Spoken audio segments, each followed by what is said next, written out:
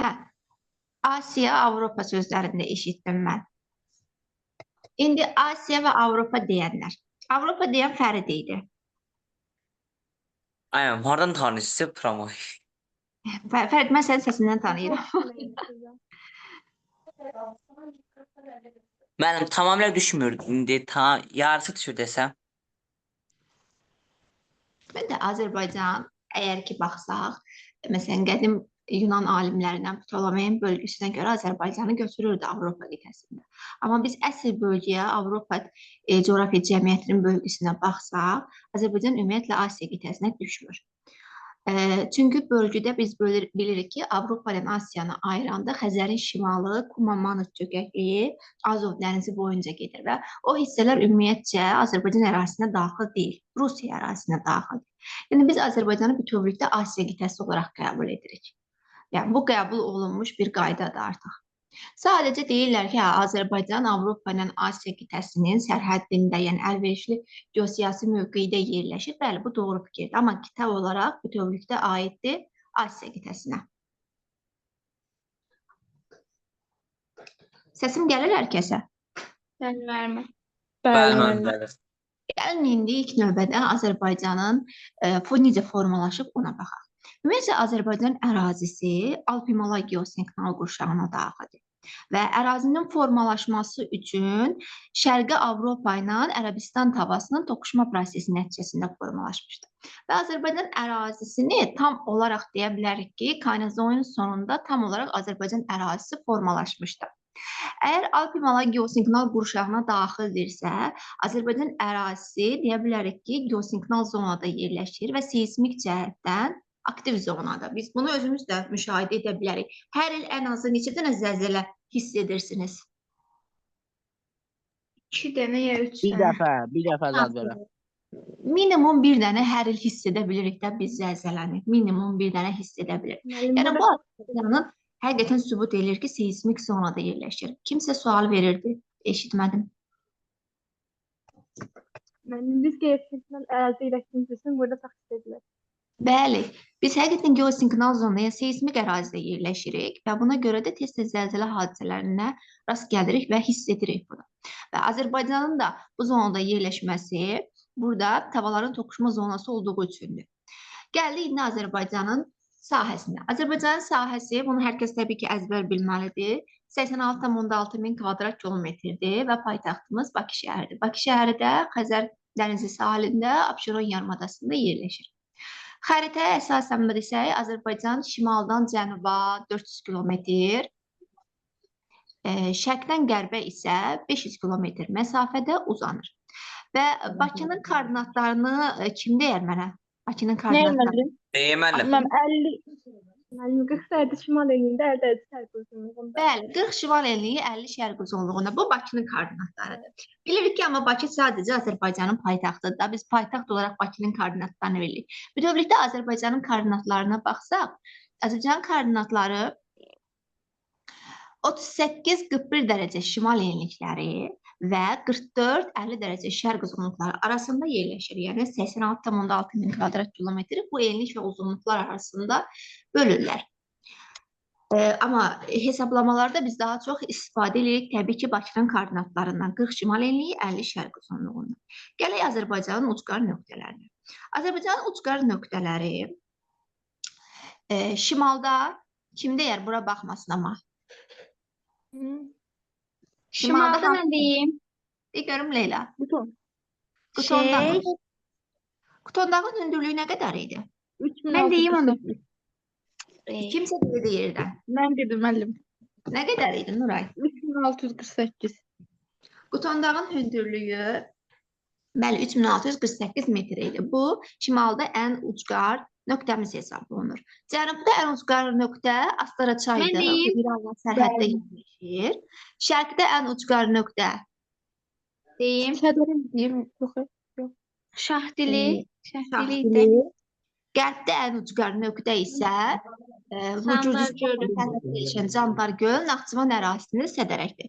Burada Tərlan yazıb ki, Azərbaycan dilindən sual verəsiniz. Tərlan sualını başa düşmədim. Tərlan.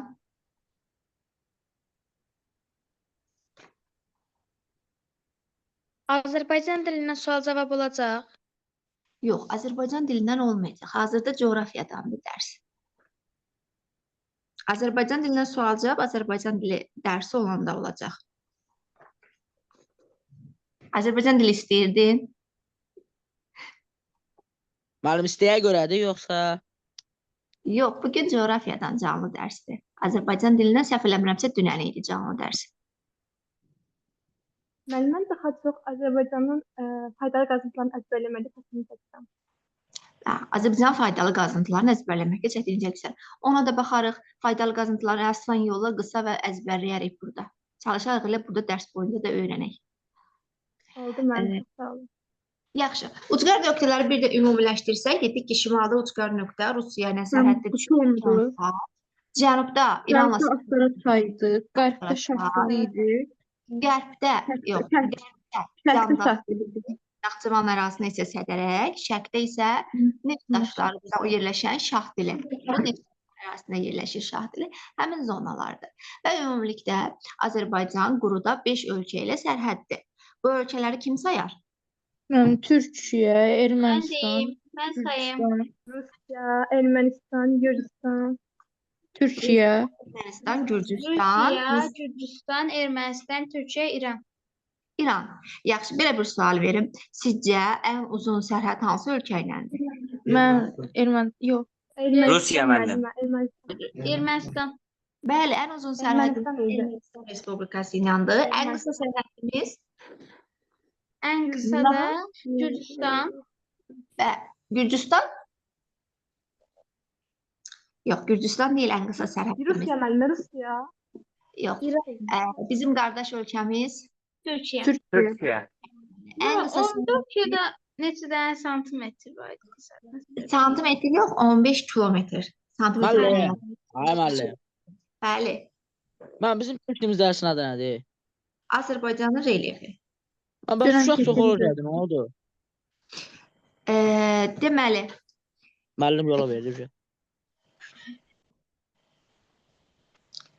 Azərbaycanın ən qısa sərhəddi isə Türkiyə ilə birlikdədir.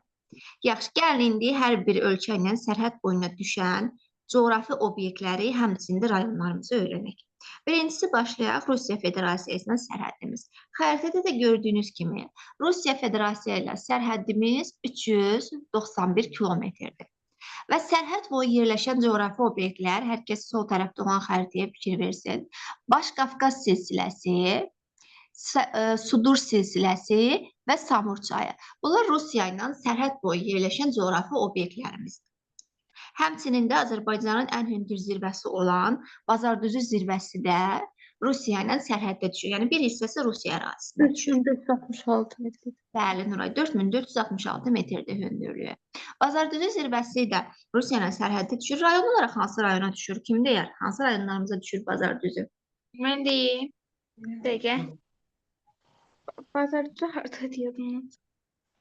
Hə, mən deyim. De. Məmə şeyə düşür, nə idi bu? Adını çıxdı. Yaddan çıxdı. Quba, yox, bir də Şamaxı Oğuz'a idi, düşürdü. Hara? Şamaxı idi müəllim. Yox, Şamaxı olmaz. Oğuz, Şəki. Bunlar olan hissədə Quba göstərəcəm. idi. Müəllim, Quba idi. Qusar, Qəbələ və Quba arası sərhəddə deyə Ha. bilərik.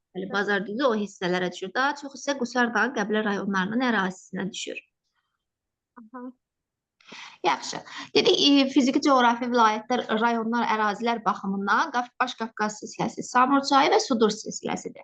Rayonlar üzrə isə Rusiya ilə sərhəddə düşən rayonlarımız şərqdən qərbə doğru getsək, Xəzər sahilində yerləşən Xaçmaz rayonu, daha sonra Qusar, Qusar, Qəbələ. Quba.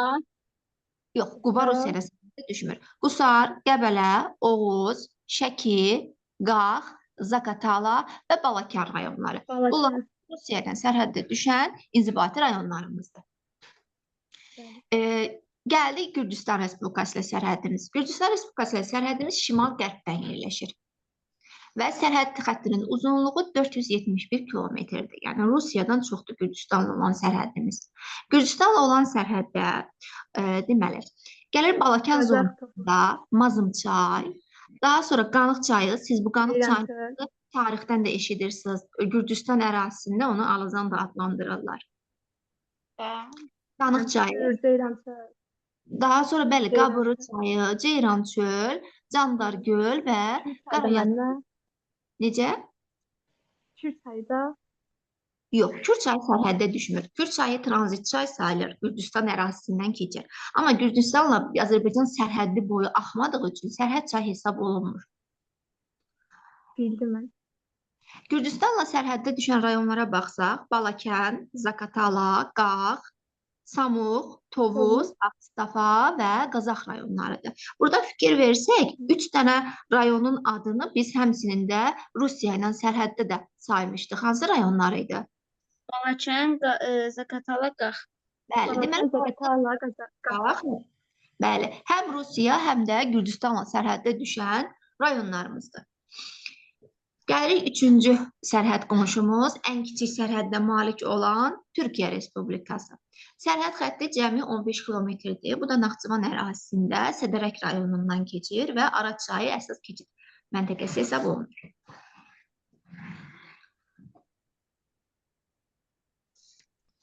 Saniyə uşaqlar, keçək növbəti səhifəyə.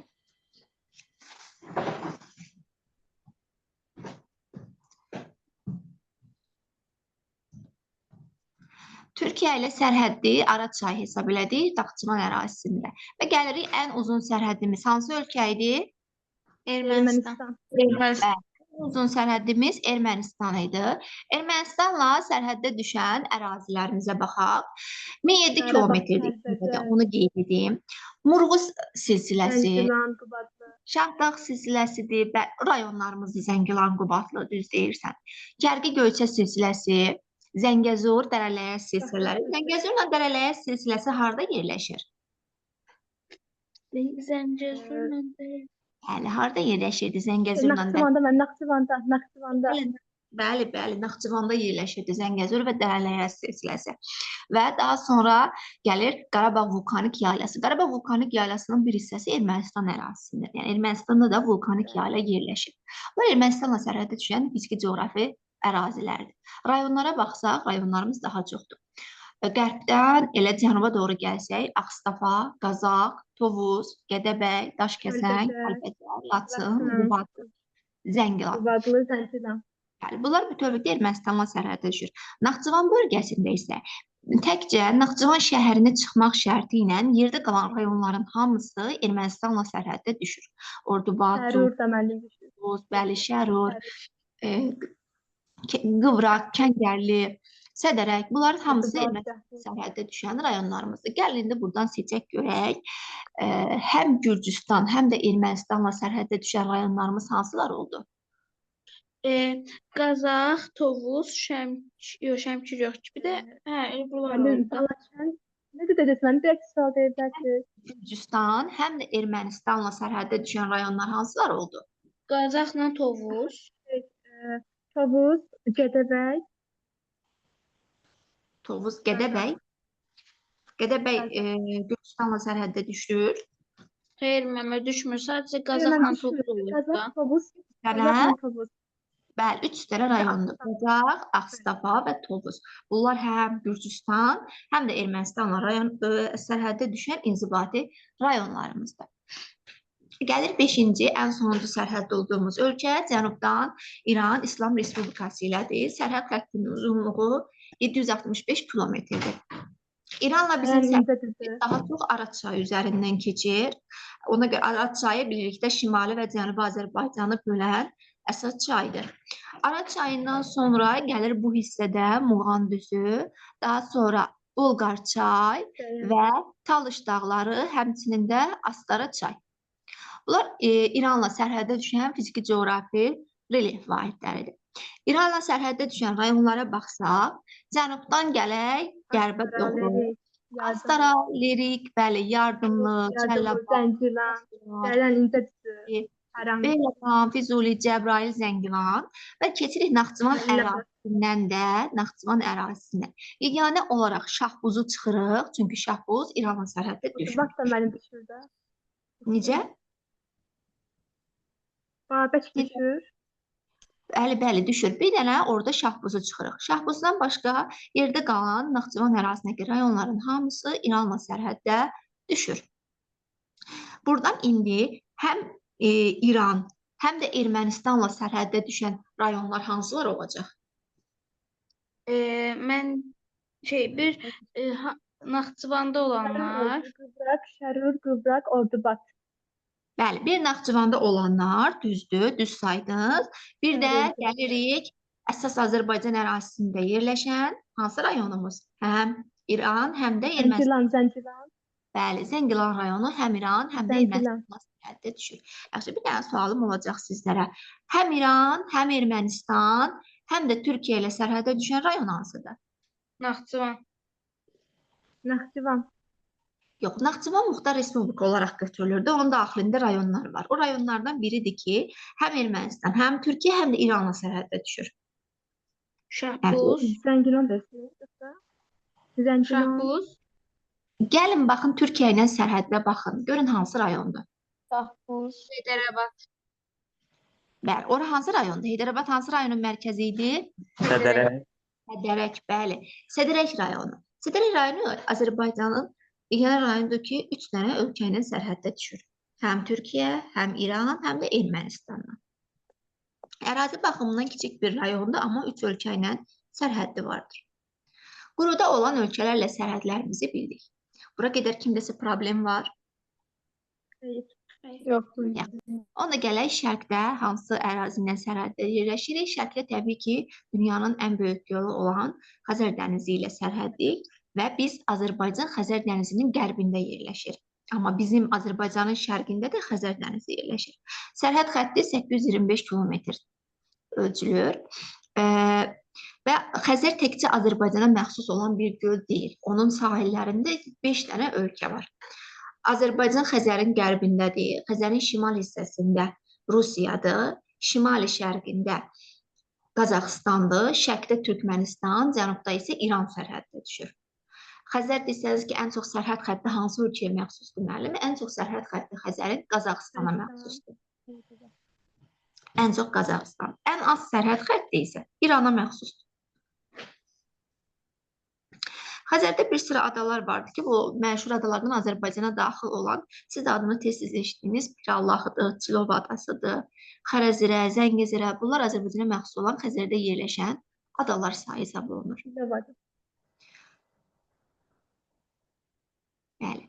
Deməli, bu hissəyə qədər biz öyrəndik Azərbaycanın coğrafi mövqeyini, necə formalaşdığını, bir də sərhəd olduğu ölkələrdə hansı obyektlərlə sərhəddə düşür. Bunları öyrəndik. Gəlin, indi keçək Azərbaycanın geoloji quruluşunun və tektonik zonalarına. Azərbaycanın tektonik zonaları. Bu ən çox imtahana düşən mövzulardan biridir. Bir dəqiqə.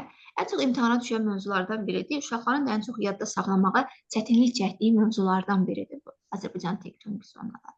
Amma xəritə üzərində bölgünü aparıb və vizual olaraq yadda saxlayanda bunu öyrənmək daha asandır. Mən sonda sizə xəritə üzərində bunların hamısının yerini sizə göstərəcəm. Xəritəyə keçməzdən əvvəl gəlin tektonik zonalarla tanış olaq daha sonra. Və bu tektonik zonaları yadda saxlamaq üçün sizə bir ipucu da verəcəm axırda. Azərbaycan ərazisi niyə tektonik zonalara bölünür? Gəlin birinci buna baxaq. Kimin fikri var? Sizcə niyə tektonik zonalara bölünür Azərbaycan ərazisi? Yəni bölünür ki, yəni bir yerlər var ki, onlarda tez-tez olur. Zəlzələnin gücü də çox olur. Məsələn, bəzi yerlər var ki, orada balları, yəni zəlzələnin balı çox olur. Bəzi yerlər var, aşağı olur. Ona görə məncə. Başqa fikir olan var? Bəzi yerlər dağlıq ərazilərdir, bəziləri isə dənizastan ərazilərdir. Bəli. Azərbaycan dağlıq və düzənlik əraziləri çox olduğu üçün o dağdan düzənliyə keçən hissələrdə sınmalar, yəni tektonik sınmalar var. Bu sınmalar boyunca da ərazi vahidlərini ayırmaq üçün tektonik zonalara bölürlər. Və ümumilikdə Azərbaycan ərazisini 5 tektonik zonaya bölürlər. Bu tektonik zonalardan 3 dənəsi əyilmə zonasıdır, ikisi isə qalxma zonasıdır. Qalxma zonalarında biz Azərbaycanın əsas geoloji vahidləri olan Böyük Qafqazla Kiçik Qafqaz adlandırırıq. Əyilmə zonaları isə ən böyük Kür çökməsidir ki, ən böyük əyilmə zonası buradadır Azərbaycan ərazisində. Və dərsə başlamazdan əvvəl qeyd elədik ki, Azərbaycan ərazisi seismik zonada yerləşir. Və bu seismikliyi biz hər yerdə eyni cür hiss etmirik. Daha çox seismiklik hiss olunur. Hansı rayonların? Necə? Şamaxıda, Gəncədə. Bəli. Biz Şamaxıda tərs yerləşir və burada 6 bal güclü zəlzələ də olur. Bəli, ən çox Şamaxıda, Gəncədə və Zəngəzur zonasında, xüsusən də Qapıcıq ətrafında ən çox bu hissələrdə müşahidə olunur. Səhv eləmirəmsə, tarixdə də belə bir hadisə var ki, 1139-cu ildə o Gəncə zəlzələsində Gəncə şəhəri aparmışdı və Gəncə qapılarını aparmışdılar. Daha sonra Axçam... Necə? Şamaxıda desən güclü zəlzələ baş vermişdi. Bəli. Orada desən paytaxtı köçürmüşdülər daha sonra. Bəli, mən başa Ən birinci paytaxt Şamaxıda olub, sonradan isə Bakıya köçürülüb. Bəli, bu tarixi faktlardır. Tarixi faktlar da tariximiz də sübut edir ki, Azərbaycan ərazisində ən çox zəlzələlər Şamaxı, Gəncə və Zəngəzur ətrafında ən çox bu zonalardadır. Yəni daha seismik zonalar buradadır ki, burada 9-10 ballıq zəlzələlər müşahidə oluna bilir. Digər rayonlarımızda daha çox 6 ballıq, 5 ballıq, 4 ballıq zəlzələlər müşahidə olunur. Gəldik bu tektonik sınmalar zonası boyunca bəs nə yaranır? Sınma olan zonalarda ilk növbədə termal sular, mineral bulaqlar yaranır. Azərbaycanın da mineral bulaqlarla maşallah məşhurdur. Kimlər bilir hansı bulaqlarımız var məşhur? İsti su, sonra düz deyirsən, isti su. Başqa hansı? Kimsə yadında var başqa? İsti sudan başqa. Bir də bilirdim. Tutqun, Minkənd, Bədu. Harada? Yaddan çıxmalıyım. İsmaildə falan da yerləşir. Eybi yox, indi faydalı qazıntılar öyrəndə bunlar daha yaxşı mineral bulaqlara da baxacaq. Yəni, mineral bulaqlarda, termal sularda da hamısı tektonik sınmalar boyu səthə çıxan sulardır. Dərsdə deyəsən ancaq 2 nəfər mineral sular. Digər heç kəs iştirak eləmir, aktiv iştirak eləmir. Oğlanlar yatıblar deyəsən. Yoxlayırsınız. Ən çox mineral sular Naxçıvanda idi də. Ən çox mineral sular Naxçıvan zonasında, Qarabağ zonasında, bəli, ən çox o hissələrdədir. Kiçik Qafqazda, ümumiyyətlə Kiçik Qafqaz Azərbaycanın Uralı adlandırılır. Ən zəngin, faydalı qazıntılarla, ən faydalı mineral bulaqlar da bəli Kiçik Qafqazda yerləşir. Naxçıvan ərazisi Kiçik Qafqaz zonasına daxildir, ona görə orada daha çoxdur mineral bulaqlar. Gəlin indi tektonik zonaları öyrənək. Dedik, neçə dənə tektonik zonaya bölünür Azərbaycan ərazisi? 5 tektonik zonaya bölünür. Ön Qafqaz seçməsi. Bəli, 5 tektonik zonaya bölünürdü. Biraz aktiv iştirak eləyək uşaqlar. 2-3 nəfərdən başqa danışan yoxdur. Ön Qafqaz çəkməsinə daxil olan... Vayxır sirab da var idi, deməli, mineral sulara daxil idi. Vayxır sirab. Bəli, Vayxır, Sirab, Badamlı. İlusu, Xalxal. Bəli, bəli. Suyud, Minkənd. Yada düşdü deyəsən. Bəli, mən düşdü. Birinci gəlin baxaq, birinci tektonik zonamız Ön Qafqaz çökməsi. İlk növbədə yadda saxlayırıq ki, çökmə deyirsə, bura heç vaxt dağ götürə bilmərik. Dağ götürə bilməzsə, silsilə olmaz, alçaq dağlıq olmaz. Çökmə olan zonalar daha çox ovalıq olar. Ön Qafqaz çökməsinə də Böyük Qafqazın şimal-şərqində yerləşən Samur-Dəvəçi ovalığı ilə Şollar düzü uyğun gəlir. Bir adca da bu mali düzənliyinin çox az bir hissəsi Ön Qafqaz çökməsinə uyğun gəlir. Çox az bir hissəsi, yəni alçaq hissəsi Ön Qafqaz çökməsinə götürülür. Böyük Qafqaz qalxması. Böyük Qafqaz qalxması Böyük Qafqaz dağlarının içərisində yerləşən silsələr, zirvələr, Niyaldağ, bəli, Yamasıqdır, Qovdağdır, Niyaldağdır, Ləngəbizdir, Ələkdirəsidir. Bu silsələr və bu silsələrin üzərində yerləşən zirvələr, onlarla yanaşı Abşeron yarımadası, Qobustan alçaq dağlığı, bir də Qusar mali düzənliyinin çox böyük bir hissəsi Böyük Qafqaz qalxmasında yerləşir. Yəni, bura hündür zonadır. Ona görə Böyük Qafqaz qalxması kimi götürülür. Çökək zona deyil. Mənim Gəldik ən yüksək bazar üstə 4466 Azərbaycan metr. ərazisində bəli, ən hündür zirvə bazar düzüdür 4466 metr. 4200. İndi mən sizə sual verim. Bazar düzü 4466 metr dedik. Bu bazar düzü hara düşür? Hansı tektonik zonaya düşür? Başqafqaza. Qafqaza, Başqafqazda. Böyük Qafqaz qaxmasına. Böyük Qafqaz qaxmasına. Düzdür. Baş- Düzdür, Böyük Qafqaza düşür. Baş Qafqaz silsiləsində yerləşir, o da düşür Böyük Qafqaza. Kimsə burada dedi ki, Azərbaycanda ikinci ən hündür zirvə Şahdağ 4243 dedi. Yox. O da mənim Qazancı Dağ deyil. Şahdağ deyil axı ay müəllim. Fransızları yerləşir. Azərbaycanın ikinci ən hündür zirvəsi Zəfər zirvəsi. Məlikəmə. Zəfər, yox, Zəfər zirvəsidir. 4301 metrdir. Bu da Başqafqaz silsiləsində ilə Bazar düzünün yanında yerləşir. Bu Zəfər zirvəsini 44 günlük Vətən müharibəsindən sonra adını qoydular. Və kitablara həmin müharibədən sonra düşdü bu Zəfər zirvəsi. Mən oxumamışam müəllim onu. Bəli, ona qədər Şahdağ hesab olunurdu, amma son illərdə artıq Zəfər zirvəsi götürülür 4301 metr, yəni ikinci ən hündür zirvədir. Gəldik növbəti tektonik zonamız, üçüncü tektonik zonamız adlanır Kür çökməsi. çökməsinə. Deyəndə bura ancaq düzənlik seçəcəyik. Lakin bu kür çökməsi yerləşən silsilələr də var. Bu silsilələr o qədər də hündür deyil. Bu düzənliklərin üst hissəsində yerləşirlər deyə kür çökməsinə götürürük. Hansı düzənliklər yerləşir? Ceyran çöldü, Acınohor, Mir, Muğan, Şirvan, Lənkəran ovalığı, Qanı Xəriçay. Rami Cəyənin düzü, Milmuğan düzü, Şirvan düzü. Şirvan düzünü deyə bilərik. Muğan düzü, Şirvan düzü, bəli. Sağlayan düzü müəllim. Deyirəm ki, Bozdağ yazmışam bura. Bozdağ silsiləsi Mingəçevir su anbarının aşağı hissəsində yerləşir. Bu da kür çökməsinə uyğun gəlir. Daha sonra Acınohor düzünün üzərində yerləşir Xocaşen və Daşüz silsilələri. Bunlar da kür çökməsinə aiddir. Və Ceyrançöldə Palantökən silsiləsi var. Bunları da kür çökməsinə aid edirlər. Bəzən silsilə görüb çökməyə götürmürlər, amma bu adını çəkdiyim silsilələr kür çökməsində yerləşir. Ona görə də kür çökməsinə daxildir. Nilaydağ silsiləsi var mən məsələn. Nilaydağ.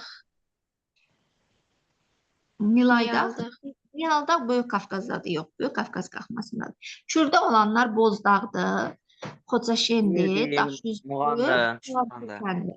Bu silsilələrdir. Digər yerdə qalanlar düzənliklərin hamısı kür çökməsinə aiddir. Buradan qeyd etmək istəyirəm ki, Şirvan, Salyan, Cənub-Şərqi Şirvan, Mil, Muğan düzləri birlikdə adlanır Kür-Araz ovalığı. Yəni, ola bilər ki, testlərdə sizin qarşınızı bunları bölməsin, ümumi Kür-Araz ovalığı versin, onu da götürə bilərsiniz. Yəni, doğru sayılır. İntəcəyin də düşür Kür-Araz ovalığına. İntəcəyin düzü də düşür Kür-Araz ovalığına. Hara? İntəcəyin düzü də Kür-Araz ovalığına düşür. Gəyər incə düzləri Kür-Araz ovalığına düşmür. Onlar aşağı Arazboy düzənliklər hesab olunurlar. Kür-Araz ovalığına düşür Şirvan, Cənub-Şərqi Şirvan, Salyan, Mil, Muğan düzənlikləri. Hərami düzü. Necə? Hərami düzü də yoxsa? Yox, bunlar düşmür. Bax, Gəyən, İncə, Hərəmi. Bu 3 dənə düz aşağı Arazboy düzənliklər sayılır. Kür-Araz ovalığına aid edilir. Kür-Araz ovalığında olan isə Şirvan, Cənub-Şərqi Şirvan, Mil, Muğan, Salyan düzləri. Bunlardır. Çünki bunlar Kürlə Araz çayının qovuşduğu hissədə yerləşirlər. Ona görə Kür-Araz ovalığı adlanır. Bir də hündürlük baxımından okean səviyyəsindən aşağıda yerləşir çox hissəsi. Gəyəndir, İncədir, Hərəmi düzləridir. Bunlar okean səviyyəsindən yuxarıdadır. Şirvan, Salyan, Cənub-Şərqi Şirvan, Mil, Muğan düzlərinin çox böyük bir hissəsi okean səviyyəsindən aşağıda yerləşir. Yaxşı, gəldik 4-cü tektonik zonaya. Kiçik Qafqaz qalxması. Kiçik Qafqaz qalxması. Kiçik Qafqaz qalxması, daha doğrusu Kiçik Şahdağdır, Qafqaz belə deyək də qərbindən cənubuna doğru uzanan dağlardır. Və Kiçik Qafqaz qalxmasına, burada Kiçik Qafqaz dağlarına aid etdiyimiz silsilələr, hansı silsilələrdir? Şahdağ silsiləsi, Peştəsərlər nədir? Şahdağ silsiləsi, Göyçə silsiləsi, Zəngəzur silsilələri, və Zəngəzur silsilələri. Qarabağ silsiləsi. Bəli, və zirvələr də düzdür sayırsa, zirvələr də burada yerləşir. Dəli dağdır, Qoşqardır, Kəpəzdir, Böyük İnal dağdır. Qamışdağ, İnal dağ. Bəli, bu zirvələrin hamısı Kiçik Qafqaz qalxmasında yerləşir. Və Kiçik Qafqaz qalxması Təkcə silsilələr və zirvələr deyil, düzən zonalar da var. Hansı düzənliklərdir bunlar? İlk növbədə Ermənistanla sərhəddə düşən Qarabağ vulkanik yaylası, Qarabağ vulkanik yaylası Kəlbəcərlə Laçın İncəsənət Hərami düzləri. rayonundadır. Yazı yaylası Qubadlı rayonundadır. Həkəri ilə Bərgüşə çayının arasında yerləşir bu. Gürcistan və Yayçı düzləri. Düzü olur, məmə incə düzü, Qaradağ gəyər, yaylası. neydi? Yəni Gəyər incə düzü olur. Kür çökməsindədir, yox. Və gəlirik Naxçıvan ərazisinə. Naxçıvan ərazisində də 3 dənə düzənlik Kiçik Qafqaza aid edilir. Ordubatı, Gürcistan, Yayçı onlar mənim. Bəli, Yayçı düzləri. Ən qapıcıq dağı idi də müəllimə. Kiçik Qafqazın bəli, ən hündür zirvəsi Qapıcıqdır. Doğrudur, ən hündür zirvəsi Qapıcıq. 1904 metr müəllim. 1904 metr. Bəli, 3904 metrdə. Bu dərs neçənci sinifə aiddir Tərlan? Bu dərs 9, 10, 11-ci siniflərə. 8-lərə də aid. Yəni Azərbaycan bölməsi bir mövzudur. 8-lər, Azərbaycan 9-lar, asandır. yəni 8, 9, 10, 11, yəni hər kəs bu mövzunu eyni səviyyədə öyrənir. Yəni bölmürük bunu 8-ci sinifdə ayrıdır, 9-cu sinifdə ayrıdır olaraq bölmürük. Ümumi bölməni hər kəs birlikdə öyrənir. Çünki bilirsiniz axı imtahana düşəndə sual hər tərəfli düşür, mix sual düşür. Yəni tək bir mövzudan sual düşmür ki imtahanda. Qarışdırıb sual formatında salır. Ona görə Azərbaycan relyefini də bütün siniflərdə hər kəs eyni səviyyədə öyrənir. Mənim coğrafiyada ən rahat məsələlərdir. Ən rahat məsələlərdir. Onda sənin riyaziyyatın yaxşıdır. Rahatdır, məsələləri işləmək rahatdır. Biraz riyazi yolunu tutanda, daha çox praktika işləyəndə məsələləri işləmək daha rahatdır. Yəni mənə də coğrafiyada məsələləri işləmək çox rahat gəlir. Benim ki, ən çox məsələ işləyərəm. Rahatdır işləmək, yəni tez cavabı tapa bilirəm. Amma coğrafiyada məsələlərim düzdür. Amma məsələlərdə əziyyət çəkən uşaqlarımız çoxdur. O da səbəbi odur ki, başlamazdan əvvəl məsələ görən kimi o dəqiqə özlərini qorxuzurlar. Yox, müəllim, bizim riyaziyyatımız zəifdir, biz eləyə bilməyəcəyik. Bu ilk növbədə insan gərək qarşısına bir hədəf qoya, məqsəd qoya ki, daha sonra o nəyəsə nail ola bilə də. Bir işə başlamazdan əvvəl yox, mən eləyə bilməyəcəm deyiriksə, o işə heç başlamasaq ondan. Necə? Mən də bir insan eləydim, 3-cü qrupa vermişdim. Sonradan 13-cü dəyişdirdim. Bəli, yəni ilk növbədə çalışma, mən bunu eləyəcəm, bacaracam deyib və o işə başlamaq lazımdır. İnanın ki, elə olanda ən çətin işlərin də öhdəsindən rahatca gəlmək olur. Yəni heç vaxt bezməyin, çəkinməyin, sual işləməkdən, oxumaqdan, bunlar sizi uğura aparan məqamlardır. Bunları etməsəniz, təbii ki, geri düşərsiniz, gec qalarsınız, oxumaq da sizə çətin gələr. Mən coğrafiya görə 3-cü qrupa vermişəm. Nə gözəl, sevindim. Coğrafiyanı sevən uşaqları görəndə mən də sevinirəm. Maraqlıdır mənim. Çox maraqlı dərs. Yəni, coğrafiya maraqlıdır. Mən belə düşünürəm ki, coğrafiyanı oxuyan uşaqların dünya görüşü də çox olur. Yəni, hər şeydən məlumatlı olsan, sən dünyada olan 200-ə yaxın ölkəni də tanıyırsan, dünyada gedən prosesləri də bilirsən, dağları, düzənlikləri də bilirsən, hər şeydən agah olursan və dünya görüşü biri olursan. Sabah bir gün cəmiyyət içinə çıxanda, ətrafda kimsə nəsə danışanda artıq sən ondan məlumatlı olsan, hətta bəlkə də o danışan insandan daha çox bilmiş olursan. Elədir mənim. Sadəcə oxumaq lazımdır, öz üzərimizdə oxuyub çalışmaq lazımdır və oxuduğumuz dərsi də sevərək oxumalıyıq. Yaxşı, mövzumuzdan biraz yayındıq. Mən sevərək oxuyuram. Bilirəm, Leyla, sən sevərək oxuyursan. Mənim sınavlarım 60-70 bal gəlir. Necədir coğrafiyadan? Sınavlardan 60-70% yazırsan. Neçənci sinif idin? 11-ci sinif müəllimə. 11-ci sinifsən, 60-70% yazırsan və hələ ki nəzərə alsaq ki, sən təkrara başlamamısan, ilin əvvəlindəsən, daha 2 aydır başlayıbsan, bu normaldır. Yəni, yaxşı, hətta qənaət bəxşdə sayıla bilər, 60-70%, 50%-dən yuxarıda sənin nəticə. Onu sən yanvardan sonra 90-a çatdıra bilərsən bunu, rahatca. İnşallah. Təkrara qaydanda inşallah ki, səndə 90% olacaq nəticə. Çox sağ olun, inşallah. Olar, mən əminəm. Yaxşı, gəlir sonuncu tektonik zonamız Orta Araz əyilməsi. Orta Araz əyilməsi. Bəli, Naxçıvan zonasında yerləşən Zədərək, Şərur, Böyükdüz və Naxçıvan düzləridir. Bunlar Orta Araz əyilməsinə daxildirlər. Naxçıvan ərazisindədir bu düzənliklərin hamısı və Orta Araz boyu düzənliklər sayılırlar. Aşağı Araz boyu hansılar idi? Mən bayaq dedim adlarını. Ara məndə. İncəsənət Hərami düzləri. Bəli, İndiçənin Gəncə hərəmi düzlər. Bunlar aşağı Araz boyuydu. Amma Naxçıvan ərazisində yerləşən Sədərək, Şərur, Böyükdüz, Naxçıvan, Gülüstan, Yayçı, Ordubad düzləri isə Orta Araz boyu düzənliklər hesab olunurlar. Azərbaycan tektonik zonalarından da bu qədər. Gəldi ikincisi də Azərbaycanın geoloji quruluşu. Azərbaycanın geoloji quruluşu dedikdə Azərbaycan ərazisində formalaşan süxurlar nəzərdə tutulur. Mən bunu xəritə əsasında qoymuşam ki, xəritə əsasında öyrənmək daha Adını deyə rahat. bilərəm. Ən qədim sıxılar Tovuzda, bir də Naxçıvanda yerləşir. Sədərək düzündə, bir də ki Tovuzun hansı hissəsi idi? Əsrikçay, Zəyəmçay. Əslində Zəyəmçay hissəsində. Bu mənim ömrü, başıma müstəsna olmuş. Bəli, düz doğru dedin. Ümumiyyətlə Azərbaycan ərazisində yayılan süxurları geoloji dövr baxımından bölsək, Paleozoy, Mezozoy, Kanozoy, yəni bizdə 3 dövrün süxurları yayılıb. Bunlar içərisində də ən az yayılanı və ən qədim olanı Paleozoy dövrünün süxurlarıdır. Paleozoy dövrünün süxurlarını da bayaqları saydığı kimi Sədərəkdə, Dərələyəzdə, Tovuz rayonunda isə Əsrikçay və Zəyəmçay hövzələrində yayılır. Yaxşı, belə bir sual verim sənə. Səncə bu iki ərazidə daha qədimi hansıdır? Tovuzda müəllim.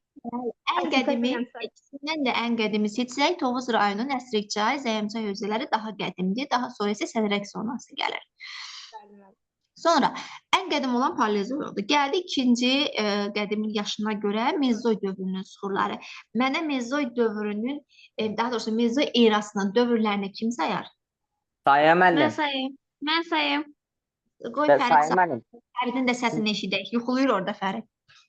Tiryas, Yura, Təbaşir. Bəli, Tiraz, Yura, Təbaşir 3 dənə dövrü vardı. Bu 3 dövrün üçünün də süxurları Azərbaycan ərazisində yayılır. Amma içində ən az yayılanı xəritəyə baxırıq. Hansı süxurdur? Təbaşir. Diqqətlə bax. Ən azı hansıdır? Ən az. Yura. Orada yazmışsınız bir dəqiqə. Tiryas müəllim. Bəli, ən az yayılanı Trias dövrünün süxurudur. Trias. Mən Yuranı belirtə saxlayıram ki, ən yüksək. Hə, y olaraq yadda saxlayırsan, eləmi? Bəli, yüksək. Bəli, bu ən rahatı odur, y olaraq yadda saxlamaq.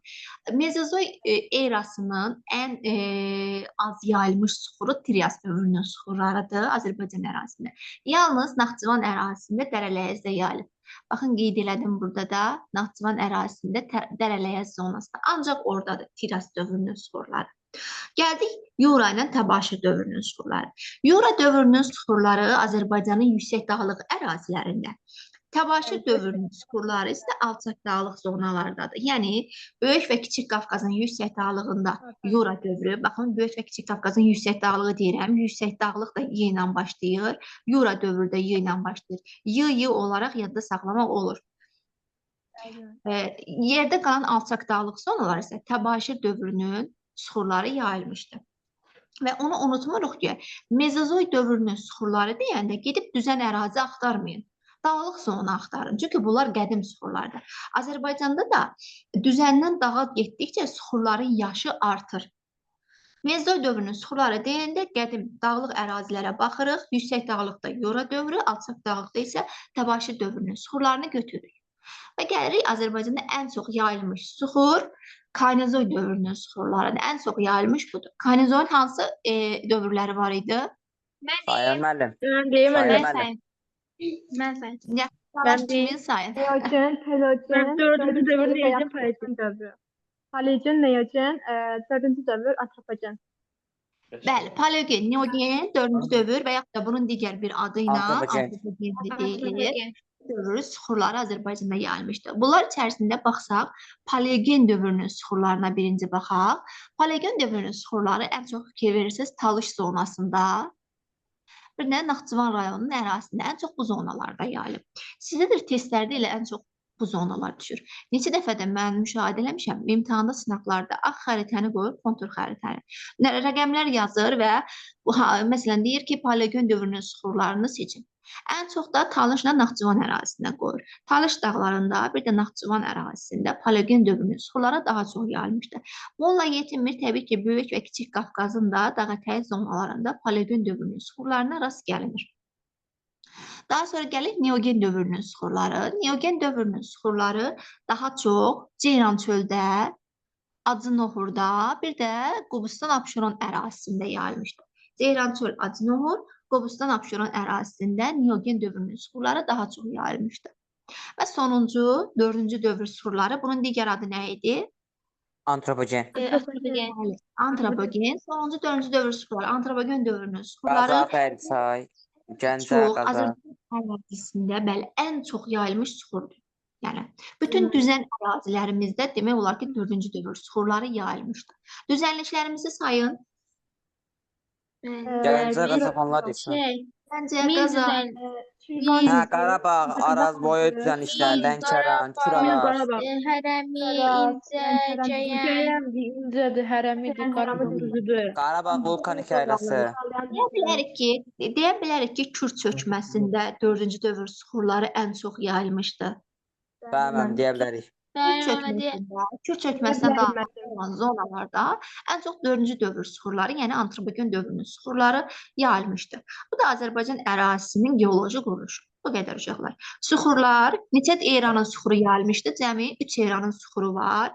Paleogen, daha doğrusu Paleozoy, Mezozoy, Kaynozoy. Bunlardan ən qədimi hansı era oldu? Və ən az yayılan Paleozoydu, düzdür. Sonra gəlir Mezozoy, daha sonra Kaynozoy. Kaynozoyun da ən çox hansı dövrünün süxurları yayılıb?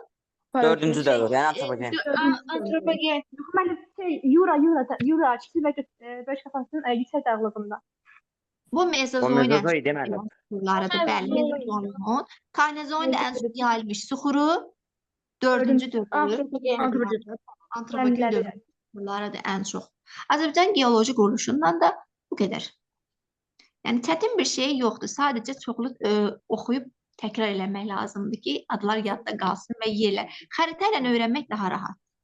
Xəritə ilə öyrənəndə göz yadda qal.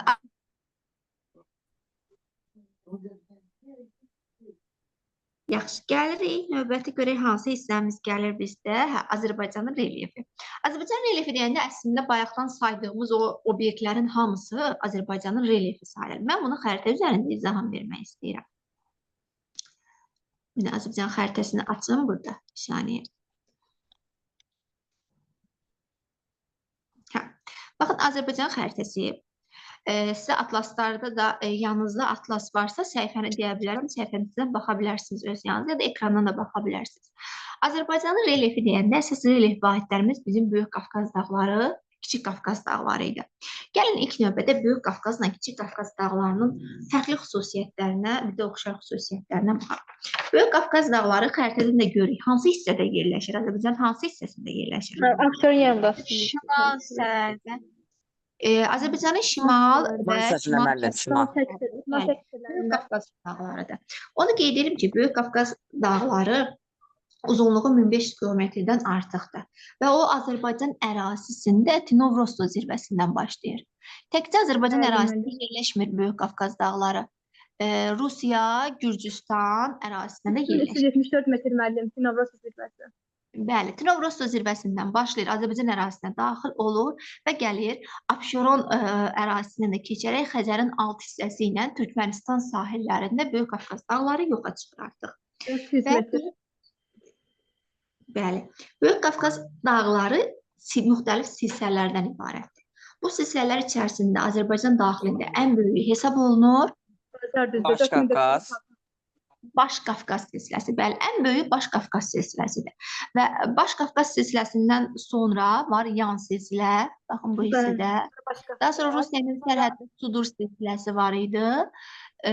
Qovdağ silsiləsi Qəbələ rayon ərazisində. Niyaldağ, Ləngəbiz, Ələt Tirəsi, bir də burada Dübray silsiləsi var ki, bunlar Böyük Qafqazda olan əsas silsilələr hesab olunurlar. Və təbii ki, bu silsilələr hər birinin... Necə? Yarı dağ orada yerləşirdi, yarı dağ. Yarıdağ yan silsilədədir. Bəli. Və bu silsilələrin də hər birinin üzərində zirvələr var. Çətin olan Azərbaycan relyefində bu zirvələrin adlarını əzbərləməkdir. Amma ən çox çalışmaq lazımdır ki, imtahana düşən zirvələrin adlarını yaxşı əzbər yadda saxlayaq. Birinci baxaq, bunu da yadda saxlamağın ən asan yolu silsilələr üzrə öyrənməkdir. Birinci ən böyük silsiləmiz Başqafqaz silsiləsidir. Başqafqaz silsiləsinin üzərində əsas zirvələr hansılardır? İkisini elə biz öyrənmişik. Niyalda Bazardüzü, Bəli, Bazardüzü. Bir də ikinci ən hündür zirvəmiz hansıydı? ikinci Zəfər. Bəli, Zəfər. İkinci ən hündür zirvəmiz Zəfər. Bax, elə iki ən hündür zirvəmiz olan Bazardüzü, Zəfər Başqafqaz silsiləsinin üzərində yerləşir. Bazardüzü 4466 metr idi, Zəfər zirvəsi isə 4301 metr idi. Bununla yanaşı Başqafqazda Tufandağ, Bazaryurt, daha sonra Çingiz Mustafayev, Raqdan, Tinovroz dağıdır, Utan dağıdır, Baba dağıdır, Salavat aşırımı. Salavat aşırımı qeyd edeyim ki, iki ərazidə var. Bir Quba ilə Qəbələ rayonlarının ərazisində yerləşir Salavat aşırımı. Bir də Şəki ilə Dağıstan ərazisində var. Bir də Quba ilə Qəbələ rayonlarının ərazisində var Salavat aşırımı. Aşırım bilirsiniz də bir dağın 2915 metr. 2910 metr. 15 metr. 15 metr. Dübralar mənim, Dübrar da var. Olar o. Dübrar zirvəsi də var. Bəli, bunlar Azərbaycanda. Qaraburqa da var da 3471 metr. Qaraburqada var 3471 metr. Bunlar Başqafqaz silsiləsinin üzərində yerləşən əsas zirvələrdir. Və gəlirik yan silsilə. Yan silsilənin üzərində öyrəndiyimiz əsas zirvə bayaqdan ikinci ən hündür zirvə olaraq dediyimiz Şahdağ zirvəsi 4243. 4243 metr. 43 metr. Bununla yanaşı təkcə Şahdağ deyil, Yarıdağ 4116 metr və Heydər zirvəsi 3126 metr. Heydər zirvəsi 3751 metr, bir də Qızılqaya 3726 metr zirvələri də yan silsilənin üzərində yerləşir. Baxın, yan silsilə burada. Yan silsilə sərhəddə düşmür. Azərbaycan daxilindədir. Onun üzərində Şahdağ, Yarıdağ, Heydər və Qızılqaya zirvələri var. Bəli. Bunlar içərisində... Raqdan aid idi. Necə? Raqdan aiddir bura, yoxsa? Yox, Raqdan Başqafqazda. Bura aiddir Heydər, Qızılqaya, Yarıdağ, bir də Şahdağ zirvələri. Əvvəllər, məsələn, Heydəri, Qızılqayanı Başqafqaza aid edirlər. Amma yeni nəşr kitabları da artıq onu da yan silsiləyə daxil edirlər. Mən Heydəri ilk dəfə işləyirəm, oxumamışam deyəsən. Necə? Heydəri ilk dəfə işləyirəm, heç oxumamışam. Heydər zirvəsi. Bəli, mən. Ola bilər. Yəni, Azərbaycanda zirvələr çoxdur. Mən kitabda, əsas sizə kitabda olan, sizə kitabda nə varsa o düşür də, kitabdan kənar düşür. Əsas kitabda olanların adlarını deyirəm, kənar demirəm. Çünki ən çox sizə kitabda olanlardan sual düşür. Yaxşı. Böyük Qafqaz dağlarının geoloji quruluşuna baxsaq, Böyük Qafqaz dağları daha çox parçalanmışdı və bu parçalanmanın da başlıca səbəbi Böyük Qafqaz dağlarının çökmə süxurlardan təşkil olunmasıdır. Çökmə süxurlar üstünlük təşkil elədiyinə görə də tez-tez bazı Böyük Qafqaz dağlarının ətəklərində, xüsusən yan silsilədə, Böyük Qafqazın cənub-şərqində sürüşmə hadisələri baş verir. Çünki bilirik ki, çökmə süxurlar daha yumuşaqdır və orada yeraltı suların təsiri ilə sürüşmə prosesləri daha aktiv gedir. Səbəbin nə olduğunu bildik. Bəli. Bəli, ikinci dağımız yerləşən Kiçik Qafqaz dağları. Kiçik Qafqaz dağlarının gəlin birinci Böyük Qafqazdan fərqini öyrənək. Kiçik Qafqaz dağları Böyük Qafqazdan fərqli olaraq maqmatik və metamorfik süxurlarla zəngindir. Bəli, malik. Həm də ki, Böyük Qafqaza nisbətən az parçalanıbdır. Böyük Qafqaza nisbətən bəli az parçalanmışdır və həmçinin Ən çox maqmatik süxurlar Kiçik Qafqazda isə. Necə? Ən çox maqmatik süxurlar Kiçik Qafqazda idi. Ən çox maqmatikdir və bunun nəticəsində nə formalaşır Kiçik Qafqazda? Hansı faydalı qazıntılar? Mineral sular və hansı faydalı qazıntılar? Neft müəllim. Bəli, ən çox filiz faydalı qazıntılar Kiçik Qafqaz dağlarındadır. Səbəbi də burada Kiçik Qafqaz dağlarının maqmatik və metamorfik süxurlarla zəngin olmasıdır. Maqmatik və metamorfik süxurlar nədən yaranırdı? Maqmatik və metamorfik süxurlar Çökmə suxuların Metaformik suxurlar müəllimə çox istiliyə dəqiqə Matematik diri suxurlar, təsir etdiyinə görə onlar çökmə və maqmatik suxurların Dəyişməsindən yaranır. dəyişməsinə yaranır. Dəyişməsindən yaranır da. Maqmatik suxurlar isə vulkan püskürməsi nəticəsində yəni lavanın vulkan püskürməsi nəticəsində yəni lavanın püskürməsi nəticəsində. Onda belə çıxır ki, Kiçik Qafqaz dağlarında vulkanik suxurlar var və həmçinin də Kiçik Qafqaz dağlarında sönmüş vulkanlar da var. Azərbaycanda sönmüş vulkan deyəndə Kiçik Qafqaz dağlarında xüsusən də işıqlı. Kəlbəcər və Laçın rayonlarının ərazisində yerləşən vulkanları götürürük. Bunlar sönmüş vulkanlardır. Hansıları idi? Qızılboğaz, Böyük İşıqlı, Gəlinlə ilgili bir şey var idi. Gəlin. bəli, Gəlinqaya, Pəriçınqılı, Ayçınqılı. Gəlinboğaz, Böyük Amma dünyada ən çox bir dəqiqə saçdım. Yox, o palçıq vulkanlardır, o qarışdırmayaq. Onu saçdım. Bu sönmüş Mən vulkanlar. Böyük İşıqlı daxil idi. Böyük İşıqlı.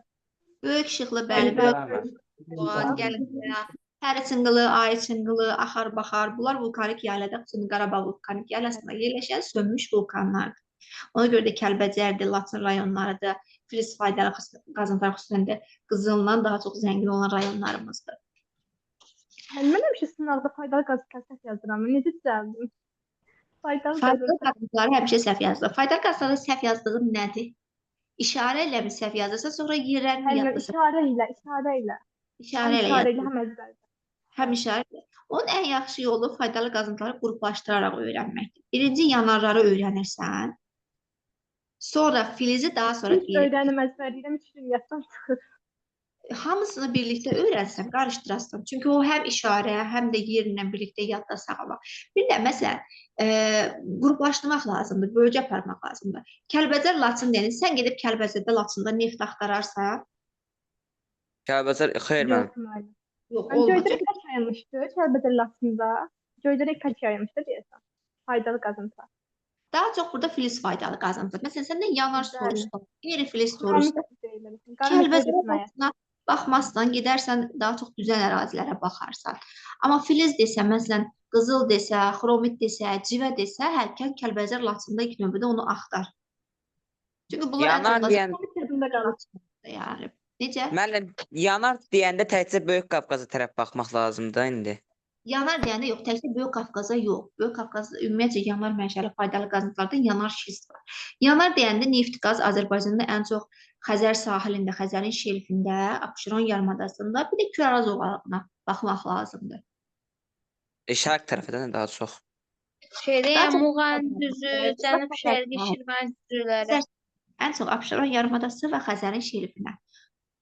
Yəni Bakı hissəsinə baxın, bu hissə ən çox bu zonlara baxırıq. Neft deyəndə, Hədəm şərq tərəfinə. bəli, şərq deyəndə. Ümumiyyətlə Böyük Qafqazda faydalı qazıntı çox azdır. Çox az. İndi keçəndə deyəcəm hansılar. Çox azdır. Ən çox bizdə faydalı qazıntılar Kiçik Qafqazdadır. Relyefi bitirə indi faydalı qazıntılara da baxarıq. Bitir onsuz relyefimiz çox azdır.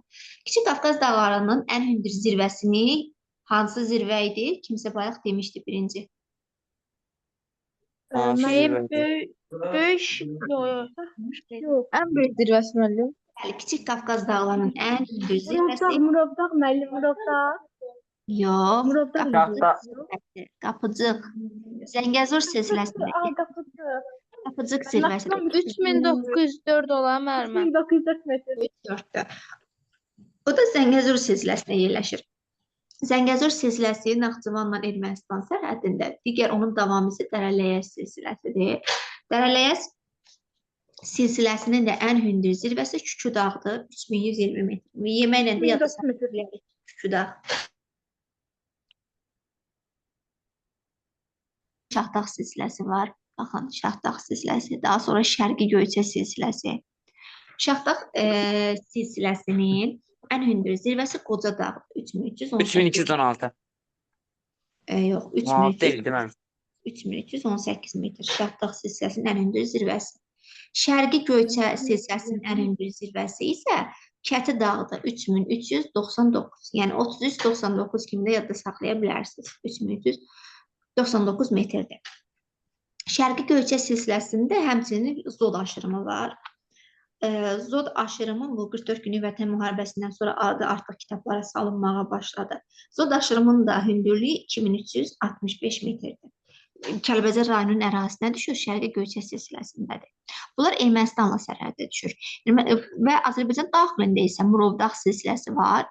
Murovdağ silsiləsində ən hündür zirvəsi Camış dağıdır. 3700 3224. 3724 metr. Cəmalda sahil idi bura, Cəmalda.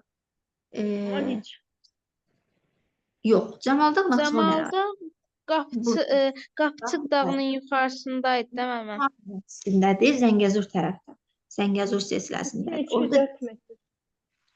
bəli 3204 metrdir hündürlüyü.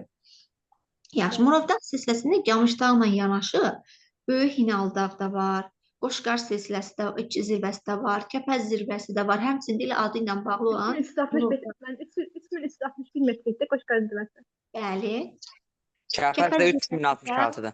Kəpəz zirvəsi də bəli 3066 metrdir. Doğru deyirsiniz. Gəl ikinci növbəti silsiləmiz Qarabağ silsiləsidir. Buna Qarabağ dağları da deyilir. Qarabağ dağları yaxud da Qarabağ silsiləsinin ən hündür zirvəsi Böyük 2725. 1725. 1725 metr.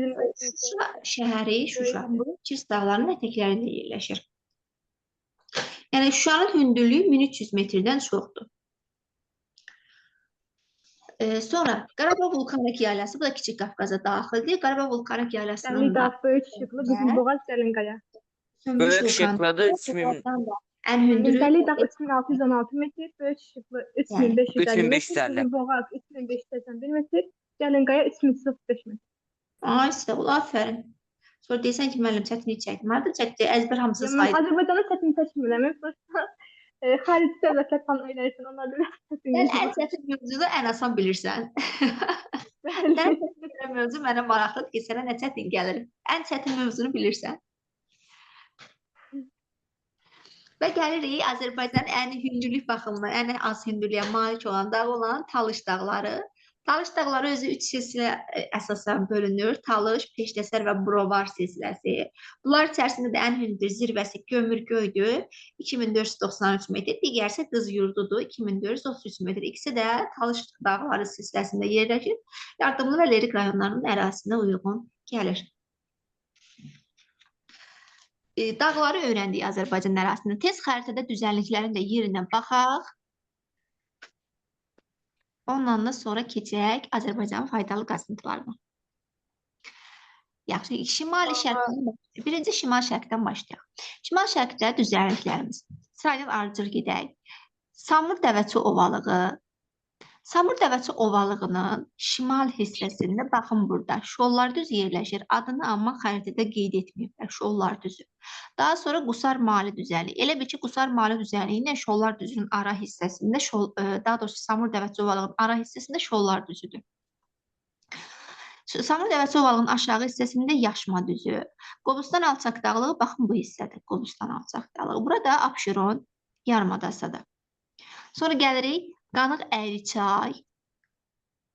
Qanıq sonra Daşöz. Acınohur. Düzləri sayıram hələ. Ceyrançöl, Acınohur. Qarayazı düzü.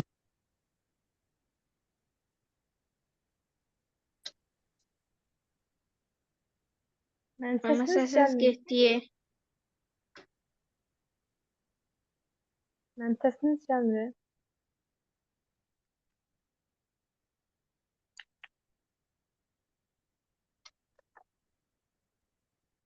Mənim səsim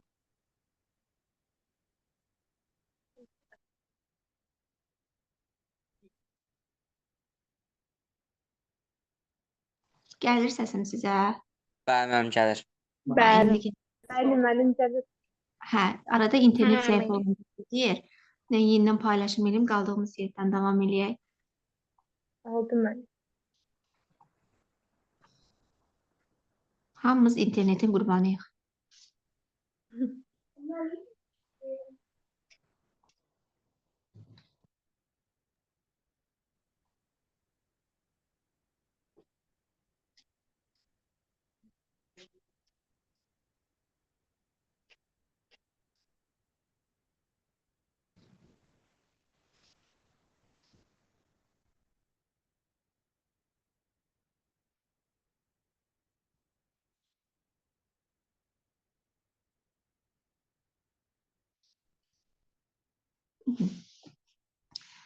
Deməli, burada axırıncı qeyd elədik. Deməli, Gəncə Qazax düzü, Qarayaz Gəncə Qazax düzü. düzü, Qarayazı düzü, bəli, bu hissədə Qarabağ düzü, daha sonra Hərəmi, İncə, Gəyən düzləri və burada demişdim Qubadlıda yazı yaylası var. Qarabağ vulkanik yaylası. Daha sonra gəlirik Azərbaycanın ən böyük düzənliyi olan Şirvan düzü, Mil düzü, Muğan düzü, Cənub Şərqi Şirvan, Salyan Sayan- düzü Salyan düzü. düzü. Salyan düzü. və Qarabağ Lənkəran düzü. ovalığı. Lənkəran ovalığı. Qeyd eləmişdim, bəli. Və Lənkəran ovalığı. Naxçıvanın düzlərinə baxsaq, Naxçıvanın düzlərini qərbdən şərqə doğru düzsək, Sədərək, Ordubad düzü, Naxçıvan düzü, Gülüstan düzü, Şərur Sədərək, düzü. Şərur, Naxçıvan Şərur düzü, düzü, Naxçıvan düzü. Gülüstan düzü, və Ordubad düzü.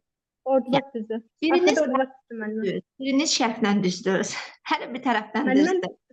Dayan müəllim. Şərur, Yox, Naxçıvan, qərbdən cənuba düz. Gülüstan, Ordubad. Düz dedim müəllimə. Düz. Şərur, Naxçıvan, Gülüstan, Ordubad. Kim bax kim düz. düzmək istəyir? Mən düzüm. Deyim müəllim. Düz görüm. Ordubad düzü, Gülüstan düzü, Naxçıvan düzü, Şamur düzü, bir də Sədərək düzü. Şamur yox, Şərur düzü. Şərur. Şərur. Şərur düzü. Mən indi düzüm ardıcıl olaraq şərqdən qərbə doğru getsək, Ordubad, Yaycı, Gülüstan, Naxçıvan, Şərur və Sədərək düzləri. Şərqdən qərbə doğru ardıcıllıq belədir. Desən 7 oldu say olaraq. 7 dənə düzənlikdir. Bunlar 3 dənəsi Qafqaz qalxmasında, 4 dənəsi isə Araz çökməsində, Araz əyilməsində yerləşirdi. Bu da oldu Azərbaycanın düzənlikləri. Azərbaycan düzənliklərdən dedik ki, Şirvan, Mil, Muğan, Salyan, Cənub-Şərqi Şirvan, yəni bu hissə, silim yenidən qeyd edeyim. Silim yenidən qeyd edeyim, sizə rahat olsun. Bu hissə, baxın bu hissə, Kür-Araz ovalığı adlanırdı. Yəni, Kürlə Araz çayının qovuşluğu hissədə yerləşən düzənliklərdir. Bir də testlərdə ən çox sizə nə salınır? Kürün sağ sahili düzənlikləri, Kürün sol sahili düzənlikləri, Mənimlə qarışdırıram. Arazın sağı, Arazın solu. Bunu necə Sağ olan təyin soldur, sol olan sağdır. bunu necə təyin edirik? İlk növbədə gəlin birinci Kürün sağı ilə solunu təyin edək. Kürün sağı haradır, Kürün solu haradır? Kür Azərbaycanda buradan Gürcüstan Sol olan ərazisindən. desən sağdır, sağ olan soldur. Baxın, Gürcüstan ərazisindən daxil olur da bu Kür çayıdır. Görüm düz xətti çəkim Kür çayını. Mən deyim, bildiyim əgər düz desə. Və Kür çayının sağ sahili deyəndə nəzərdə tutulur Kürün aşağısı. Yəni baxın bu aşağı hissə. Bəli. Tamam. Gürcüstan tərəfdən gələn hissəsidə, yəni. Yuxarı. Elə bil ki, Böyük Qafqaz tərəf sol sahilidir, Kiçik Qafqaz tərəf sağ sahilidir. Elə bil ki, durmusunuz burada, bura bir adam çəkək. Bu adamdır, durub burada. Ona baxsaq onun belə deyim də sağ qolu aşağıya düşür axı. Burada dursanız sağ qolunuz aşağı düşəcək. Ona görə aşağı hissə Kiçik Qafqaz tərəfi olur sağ tərəf. Böyük Qafqaz tərəfsi olur sol, Kürün sol sahili. İndi Kürün Bildim. sol sahilində yerləşən düzənliklər deyəndə hansı düzənlikləri götürəcəyik bura? Şirvan düzü. Şirvan düzü. Şirvan düzü, Cənub Şərqi Şirvan düzü. Şirvan düzü. Bəzən uşaqlar götürürlər Samur Dəvəçi ovalığını. İndi mən sizə bir şey deyim. Bu Samur Dəvəçi ovalığı Kürün sahilindədir. Mənim orada yerləşir. Deyirəm. Hələ yerləşmir. Arada Böyük Qafqaz dağları, yəni düşmür. Bəzən götürürlər də, deyirlər ay müəllim Kürün yuxarısındadır da, götürək. Bu da sahil deyil. Sahil deyirsə Kürün sahilində düşən düzənlikləri götürməliyik. Şirvan, Cənub-Şərqi Şirvan düzləri. Kürün sol sahilində. Kürün sağ sahilini Mən deyim. görün. Mil düzü. Mil düzü, Muğan düzü, Salyan düzü. Aha. Sonra Qarabağ düzü. Qarabağ düzü, Hərəmi düzü. Qarabağ düzü. Yox, bax, hərəmi deyil. Deyil. Sahil düşür axı. Hə. Hərəmi aşağıdadır, mənim o gör düşməyəcək. Salyan, Muğan, Qarabağ, bir də Muğan düzü, Mil Bəli, düzü. Cənub Şərqi Şirvan düzü də olmur da. Cənub-Şərqi Şirvan düzü Kürün sol sahilinə düşürdü, sağına düşmür. Bunlar düşür Kürün sağ sahilində yerləşən rayonlar. Bir də Araz çayını da buradan qeyd edeyim. Bu Araz çayı sərhəd boyunca gəlir, burada tökülür Kürə. İndi buradan baxırıq ki, Araz çayının Azərbaycan Qəyan, İncə, Hərəmi. Azərbaycan ərazisində sağ sahili deyəndə bu hissə nəzərdə tutulur. Sol sahili deyəndə yuxarı hissə, yəni Kiçik Qafqaz tərəfdir. Arazın sol sahilinə düşən düzənliklər hansılardır? Qəyan, İncə, Sol Hərəmi. sahilə düşən. Hərəmi, bir də Mildüzü. Bunlar Arazın sol sahilinə düşür. Arazın sağ sahilinə Mildüzü düşən müəllimə. Muğan düzüdür, Salyan düzüdür, Cənub şərqi. Muğan düzü. bir dənədir. Arazın sağına düşən düzənlik. Bir dənə O da Salyan müəllim. Bura var. Hərəmi. Ha şey Salyan. Hansıdır? Bura Hanı var. bir deyə bilərsiniz? Arazın sağına düşən bircə dənə düzənlik var.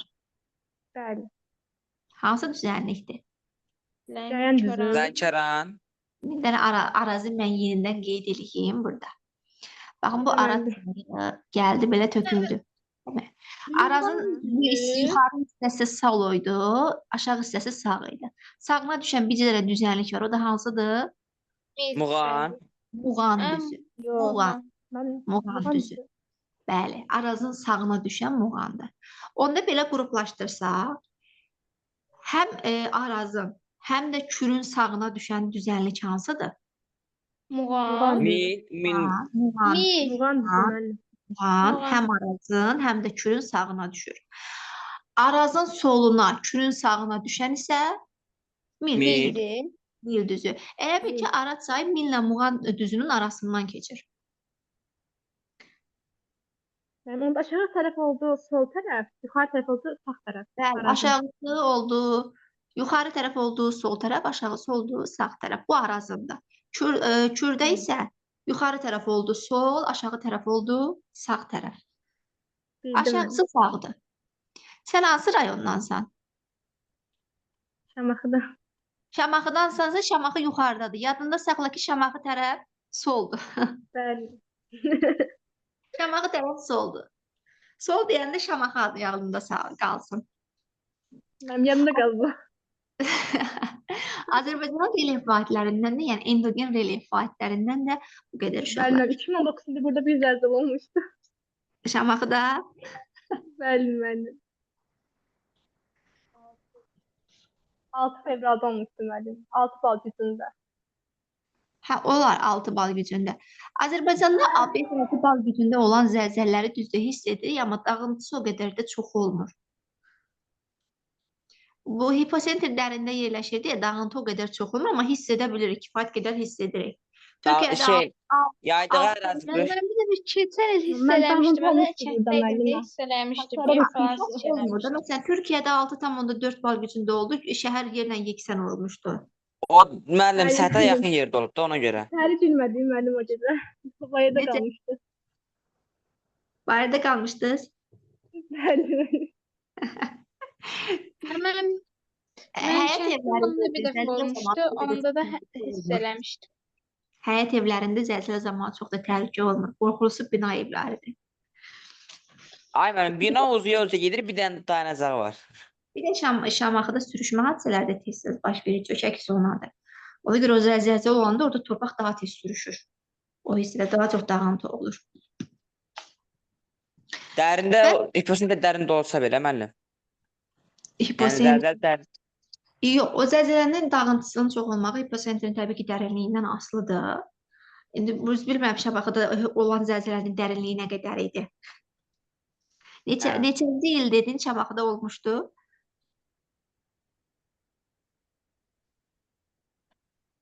Səsim gəlir? Gəlir müəllim. Hə, neçənci il Fatimə- demişdin? Fatiməni itirdik müəllim. İtdi, yoxdur. Qoşular yerində. Yaxşı. Gəlir indi Azərbaycan ərazisində ya ən çox dünyada Azərbaycan nə ilə tanınır? Təbii ki, neft ilə yanaşı palçıq vulkanları ilə. Azərbaycanda ən çox yayılmış palçıq vulkanı. Dünyada 800-dən müəllim, hə? 800-dən çox palçıq vulkanı var dünyada. Onun 300-dən artığı Azərbaycan ərazisindədir. Və bunlar içərisində ən böyüyü Torağaydır. Torağay burada Ələt ərazisində yerləşir. Hündürlüyü 400 metrdir.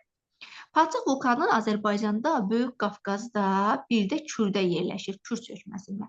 Kiçik Qafqazda yoxdur. Çünki Kiçik Qafqaz axı maqmatik idi. Orada sönmüş vulkanlar idi. Palçıq vulkanları isə Abşeron yarımadasında, Böyük Qafqaz dağları olan alçaq dağlıq zonalarında və Kür çökməsində, xüsusən də cənub-şərqi Şirvan düzündə rast gəlinir. Bunlardan ən hündürü Torağaydır. Daha sonra Qalmazdı, Keyrəkidir, Otman, Bozdaq kimi palçıq vulkanları vardır. Bizdə palçıq vulkanlarının xüsusiyyəti belə idi ki, onlar yer qabığında yaranırdı və çökmə suxurlarda. Mütləq palçıq vulkanı olan ərazidə nə olurdu? Neft. Yəni Neft, fayda neft qazı zonalarda. Bax, Kiçik Qafqazda bu hissədə nefti qazı biz harda görürük ki, orada deyək ki, palçıq vulkanı var. Ona görə bizdə Abşeron yarımadasında, Qobustan alçaq dağlığında, cənub-şərqi Şirvan düzündə bu zonalarda nefti qazlı zonalar, həmçinin də seismik zonalar olduğu üçün palçıq vulkanları da ən çox bu zonada yayılmışdır. Əsasən palçıq vulkanları ev və istixanalar tərəfində olur ki, onların istiliyi vasitəsilə. Qaradağa gedəndə orada yolun solunda yerləşən dağlarda da görmək olur, palçıq vulkanların görmək olur. Müəllim, indi Böyük Qafqazda neft var yoxsa yoxdur? Böyük Qafqaz dağlarında Bəli. dağda neft Qafqaz olmaz. yazan yer var, yox, Qafqaz yazan. Dağda neft olmaz. Böyük Qafqaz qalxmasında bəli neft var. Qalxma dediyimiz zonaya bu hissələr daxildir də, Qobustan da, Abşeron da bu zonalar daxildir.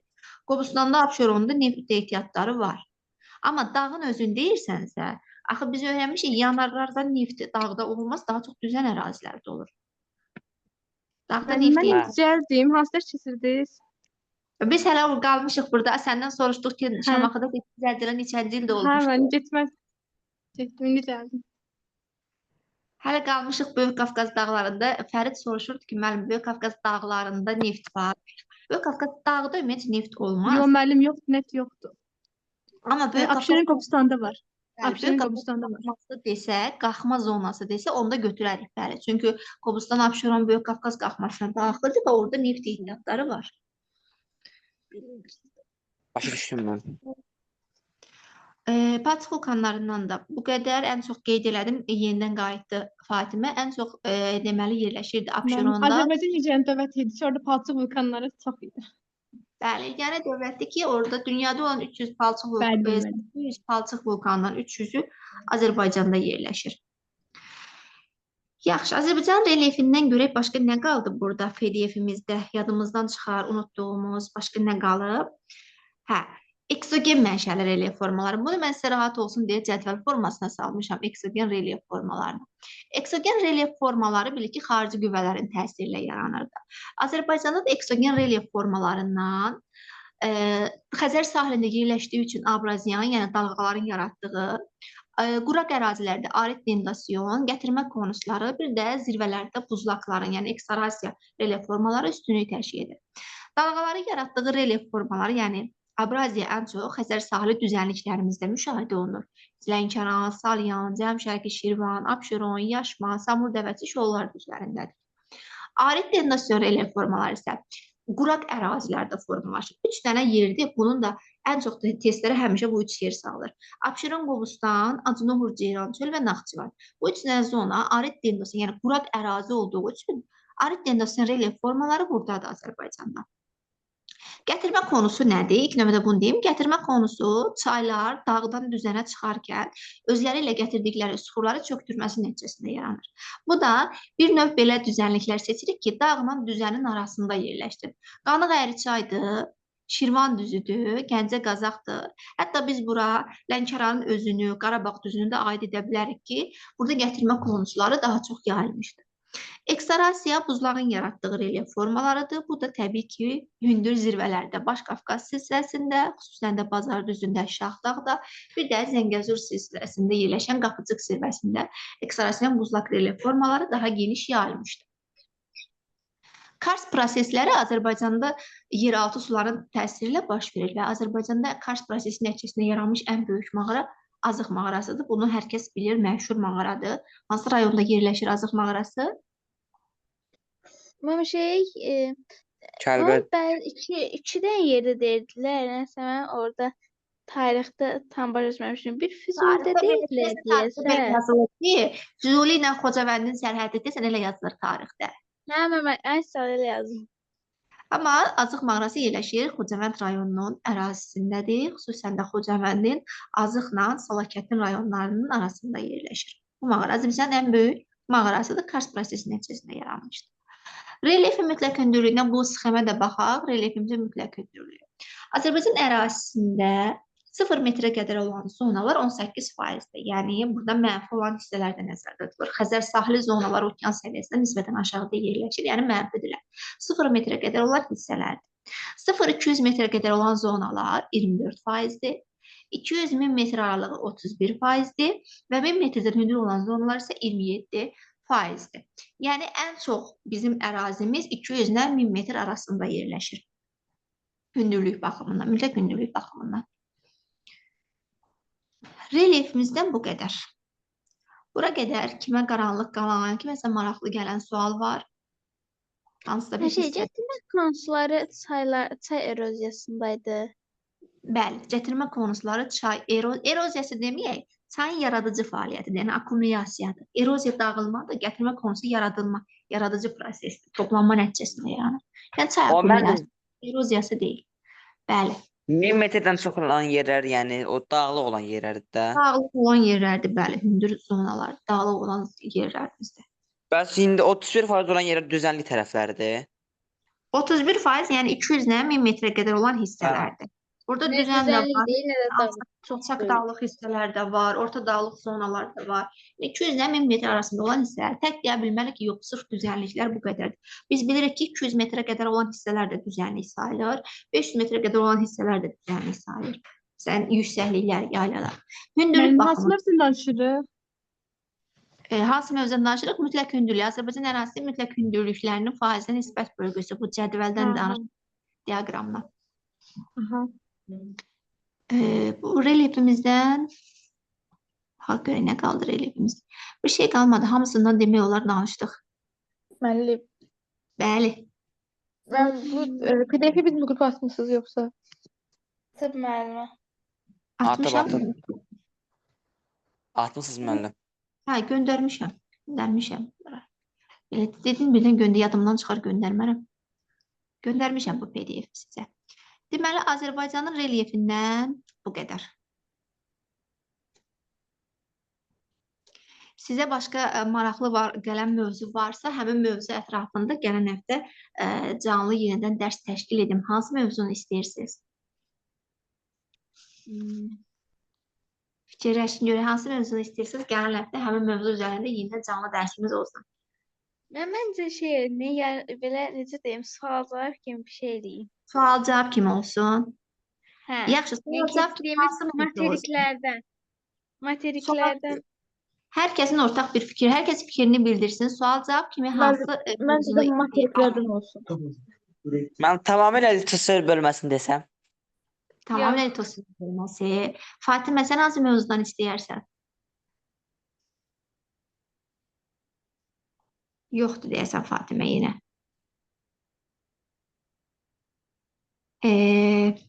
Sonra Nuray, sən hansı mövzu dedin? Mən materiklər dedim məndə. Materiklər, relyef bölməsində də ümumi. Xəritə üzərində sual-cavab təşkil edək. Olar Bəli. müəllim, olar. Elə onu Dördüncü gün, bəli, gələn 4-cü gün. Mən kontur xəritəni açacağam və sizlərə sual-cavab verəcəm kontur xəritə üzərində. Hər bir yeri relyef baxımından. Dünya fiziki xəritəsini açsaq yaxşı olmaz. Hətta dünyanın fiziki xəritəsini, amma kontur xəritəsini. Ya demək konturu deyil. Yox, rəngli xəritə olmaz. Çünki imtahanda sizə rəngli xəritə düşmür. Hər kəsə kontur xəritə üzərində ağ xəritədən bilirlər. Yaxşı, razılaşdıq onda. Gələn dərsimiz 4-cü gün inşallah. Dərsimiz Müəllim. olacaq. Bəli. Deyirəm, gələn səfər yıldında qoşulmaq istəyir bu xəritələrə görə. Deyib qoşulsam olar. Qoşula bilər, bəli. Bu, mənim 4-cü günlər təşkil etdiyim dərsə hər kəs qoşula bilər.